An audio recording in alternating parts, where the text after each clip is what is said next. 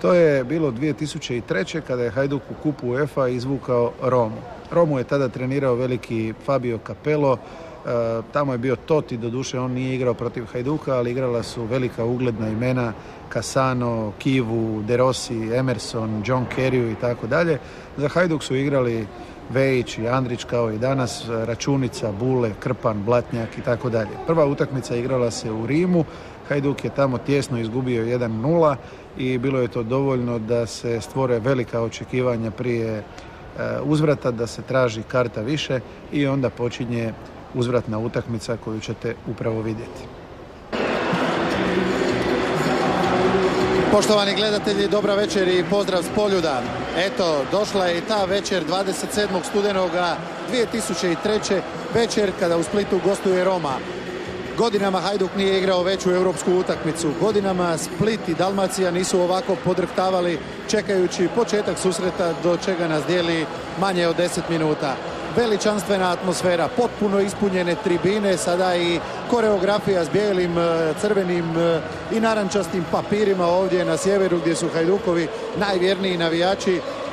9 godina Hajduk nije prošao prvo kolo nekog europskog kupa i kad je to protiv Grasshoppera bijelima uspjelo, znalo se da će ma tko bio protivnik u drugom kolu potražnja za ulaznicama biti velika. A kad su se u ždrijebu spojile kuglice Hajduka i Rome, nastala je prava pomama. Više od 30.000 ulaznica rasprodano je u 2-3 dana, već više od tjedna ulaznica je najtraženija roba, nema je ni za lijek. Prvi susret prije točno 3 tjedna u Rimu, Roma je dobila 1-0 Kassanovim golom u sučevoj nadoknadi. Hajduk je do sada prošao finsku Haku, prošao je švicarskog Grasshoppera, oba puta zahvaljujući golu u gostima. Sada taj gol u gostima nije dao, pa ako želi u treće kolo mora dobiti iz 2 razlike ili 1-0, pa sreću onda tražiti u produžecima ili s bijele točke. Doista fantastična slika sada na istočnoj tribini. Ako tamo ima 15.000 ljudi, onda ima i blizu 15.000 šalova podignutih na ovu poznatu pjesmu Dalmatinac sam, a pogledajmo mi ko danas igra za Hajduk. Ovo je 11-torica koju je Zoran Vulić izabrao da pokuša krenuti protiv Rome, pa onda ako bude trebalo, a vjerojatno će trebati barem odmijeniti umorne, ima još nekoliko igrača na klupi.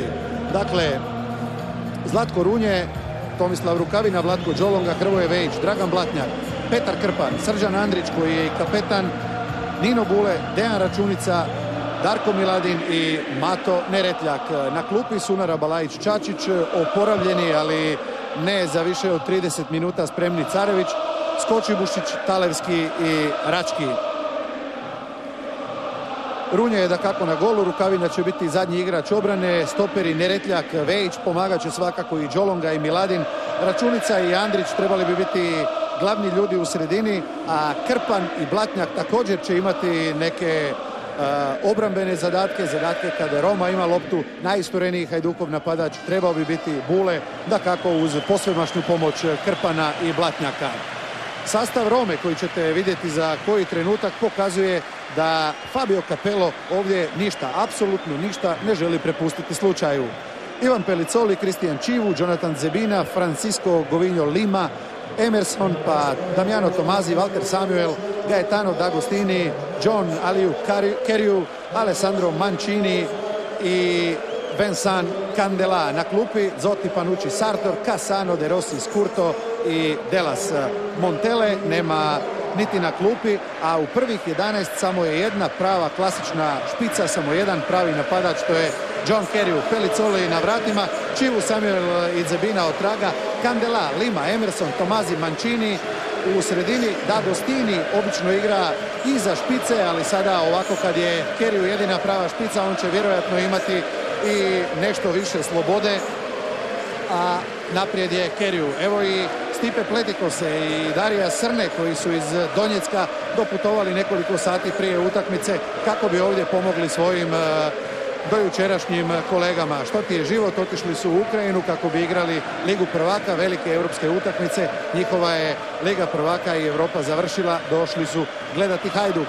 Utakmice, puno gledalište i pune blagajne, 3 milijuna kuna otprilike utrška samo od reklama, a ostalo važno je ne osramotiti se, važno je onda slijedom toga i ne izgubiti, a kad bi se Roma dovela u probleme na način da samouvjereni Italijani se malo zabrinu za svoj prolaz, a to bi značilo možda da Hajduk povede 1-0 ili da drži dugo utakmicu u neizvjesnosti, tada bi Hajduk već napravio jako puno.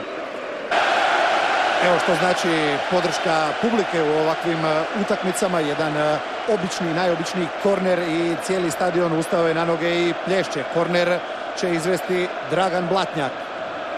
Ovaj skok iz prekida, to može biti glavno Hajdukovo oružje. Na Neretljaka i prvi udarac prema vratima, promašio je Mato Neretljak, ali igra se dalje.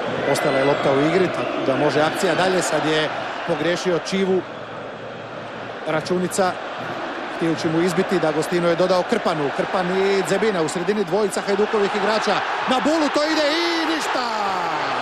Ništa, ali prva trešnja tribina, prva trešnja ovih naših kabina u Splitu. Dobra prilika u 8. minuti. Krpan za Bulu i malo više vratnice. Dirao je to Pelicoli, tako da će biti drugi korner, ili nije Pelicoli nego ovaj igrač ispred Bule. Novi korner na Neretljaka, ništa.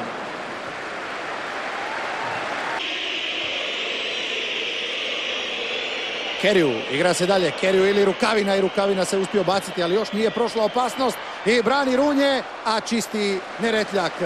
11. minuta, uzvraća Roma odmah za onu akciju od malo prije koju je pokušao završiti Bule, odnosno završio, ali neprecizno. Ovdje je prvo čišćenje ispred Keriju i onda vrlo dobro vratio D'Agostino, ali Zlatko Runje na mjestu. Čini mi se ipak da će to biti Gaetano D'Agostino. Radi mu blok tamo Mancini i hvata Zlatko Runje. 15 minuta igre, četvrt sata na Poljudu pred 35 skoro tisuća gledatelja. Hajduk Roma 0-0. Blatnjak ipak u živi zid, pa još jednom Blatnjak u golaut. Ne, Emerson tamo osjeća posljedice ovog silovitog udarca Dragana Blatnjaka. Miladin. Utekao je Limi Bule i stigao loptu. Dobar centar, šut, evo prilike. Ne, nije gol. Obranio je Pelicoli. Obranio je Pelicoli. 28. minuta, najveća prilika za Hajduk. Pa mislim i računajući obje utakmice. Puno je napravio ovdje Bule, onda lopta koja je zbunila obranu Rome. Zakasnio je, ostao kratak Zebina, ali Dragan Blatnjak se sada ima zašto držati za glavu.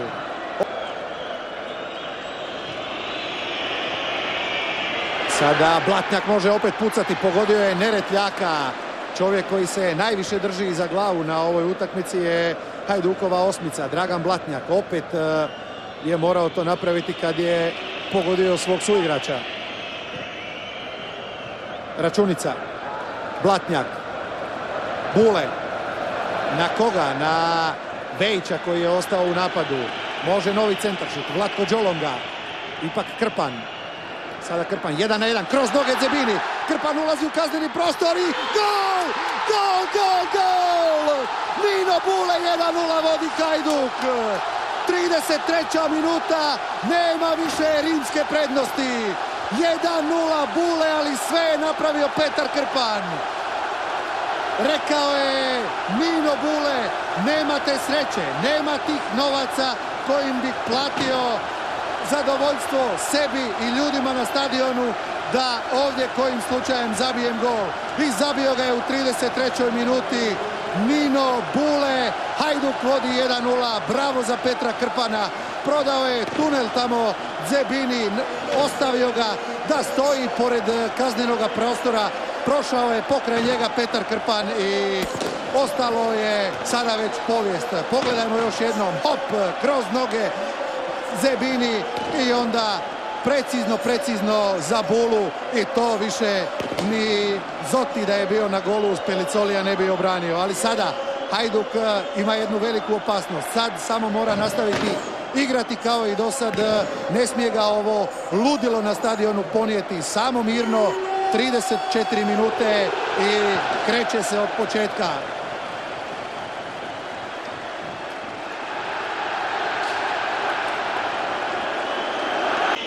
D'Agostino i Miladin. Prošao je centar šut D'Agostina, glava Kerryua, gol out. Dobro, najmanje zlo od svega, nije ni korner.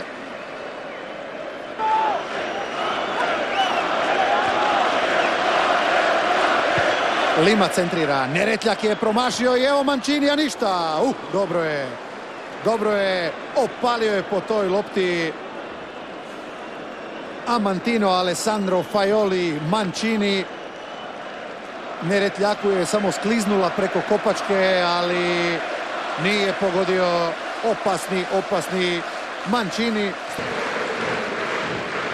Odmah ipak izgubljeno. I to je zadnji zvižduk škotskoga suca. Poslušajte pljesak s poljuda.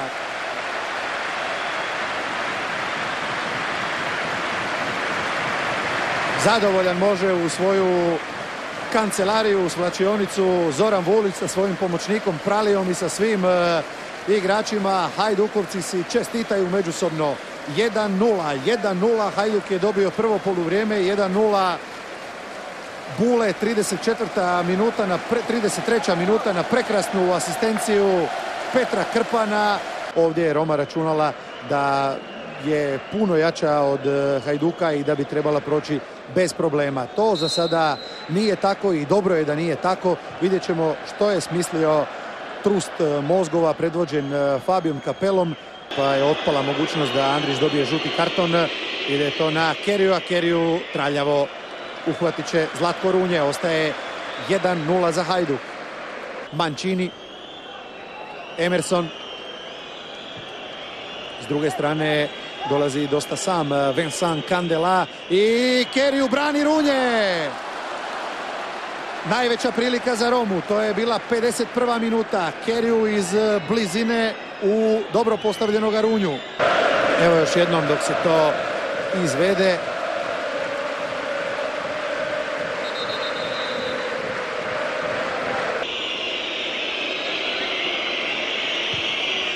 Ide izravan udarac Greda. Izašla je lopta izvan igrališta i baš tako je napravio Mancini. Zatresao Gredu Hajdukova gola. Roma pokazuje zube. Vučica je to. Ali opet će Roma igrati sa samo jednom izrazitom špicom. To je Antonio Cassano, a izlazi malo šepajući John Kerryu. Neretljak pazi Mancinija. I stativa. Sreća za Hajduk. 2 puta pogođen okvir gola u drugom poluvremenu. Jednom Greda Mancinija, sada stativa Samuela. Korner D'Agostino i tamo je ostao trenutak nepažen Walter Samuel i vidjeli smo kako je opasna Roma u skoku. Evo sada nove prilike i Cassano je tukao preko gola. To je bila velika, ogromna prilika. Vidjet ćete, a i vidjeli ste sigurno iz prve. Evo još jednom uspio se ubaciti iza Miladina Cassano i Emerson. Iza leđa ubacio se Mancini i kraj gola. Još jedna prilika Rome. Taj opasni Mancini, taj čovjek kojeg se Vulić boji kod crnog vraga, sad je ponovno došao u gol šansu i srećom promašio. 69. minuta. Kako bi bilo dobro da sada Pellicoli malo upozna Đolonginu ljevicu. Ide lopta, ali u ruke 23-godišnjeg Romina vratara. Emerson ode to daleko od okvira. Onu razinu spremnosti koja mu je potrebna da bi igrao kad je prošao barem dio priprema. Vrlo dobar u obrani. I sad nije dobro. Cassano vraća u sredinu i hoće li to netko odbiti? Hoće. Neretljak može. Međutim, Neretljak potez više i sada je opet nezgodno pred vratima i brani još jednom Runje. pucao je Mancini. 76. minuta, opet velika opasnost i opet je sve sretno završeno pred golom Runje.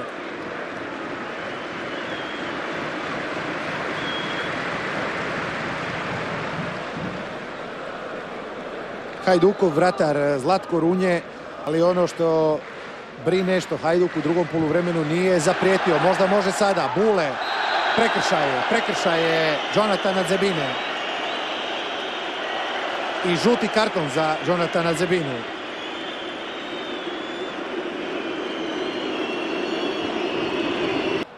Andrić. Slobodan mu je Računica. Evo lopte za Dejana Računicu. Ima li snage u Krpana da još jednom pobjegne? Ima. To bi morao biti sada karton. To bi morao biti karton za Zebinu. Ima žuti. Ovo je morao biti drugi žuti. Ovo je morao biti drugi žuti jer je povučen Petar Krpan u situaciji kad je već prošao svoga protivnika, kad je došao na poziciju da može pucati. Nije morao gospodin iz Škotske Stuart Dougal izvući izravni crveni, ali jer tu je bio još jedan igrač, ali za žuti je bilo mjesta. Za žuti je bilo mjesta. Dobro je sudio cijelu utakmicu i sada ovdje ovom odlukom je išao na ruku moćnoj Romi. To je bilo za drugi žuti. Računica protiv Kamen Ingrada. Sjajan gol, a ovdje lukavo, ali samo držanje za glavu. Lopta je otišla kraj zida. Izlazi strijelac gola, Nino Bule. Mjesto Bule, rekao sam, Carević. Dugo nije trenirao, nije ni igrao. Evo Carevića i pogreška, Krpan nije stigao. Krpan nije stigao, može se oteti pogreška. Igra se dalje. Opet lopta iza leđa Hajdukove obrane, sad je istrčao Runje. I joj, kakav gol.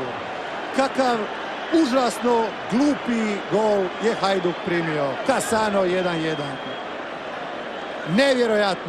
Nevjerojatno, pogriješio je Runje, pa kad se već činilo da je ispravio pogrešku,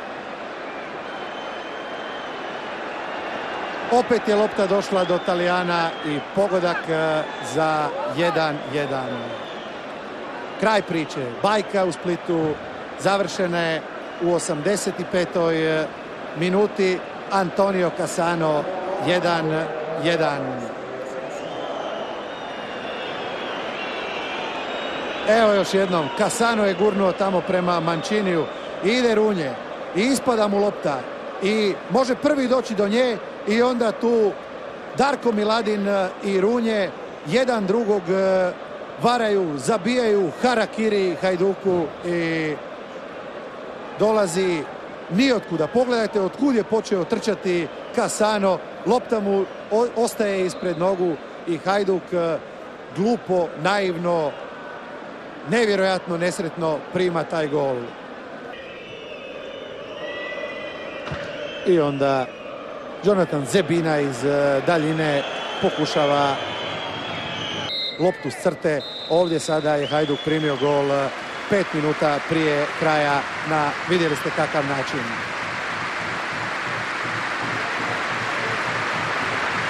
Veliki aplauz prepunoga Poljuda, nagrada je Hajdukovim nogometašima za ovu hrabru, dobru partiju, za partiju sezone u prvom poluvremenu. Ali kao u priči o prolivenom mlijeku, Hajduk je to pokvario 5 minuta prije kraja. Suze su normalne na licu Đolonge, sasvim sigurno i na licu još mnogih Hajdukovih nogometaša, vjerujem i navijača koji su se ponadali da bi se ovdje zbilja moglo dogoditi čudo. Hajduk je bio na 5 minuta do velikog uspjeha, jer govorio sam na početku o onim Hajdukovim prioritetima, sve ih je Hajduk izvršio. Napunio je blagajnu, nije se osramotio, nije izgubio utakmicu, doveo je Romu u probleme, poveo je 1-0, shvatio je da bi možda mogao proći. Talijani su se zabrinuli. Kapelu sasvim sigurno nije bilo svejedno, jer da je utakmica ušla u dodatke, u produžetke, onda bi tu moglo biti svega. Međutim, Roma koja je u drugom poluvremenu bila puno bolja, Roma koja je zaslužila izjednačenje, izjednačila je na nevjerojatan način, vezanim pogreškama Hajdukove obrane, Miladina i Runje koji nisu uspjeli uloviti jednu loptu i na kraju tu je bio Cassano, kazao hvala i ubacio je u mrežu. Poštovani gledatelji, 1:1, doviđenja, pozdrav s Poljuda.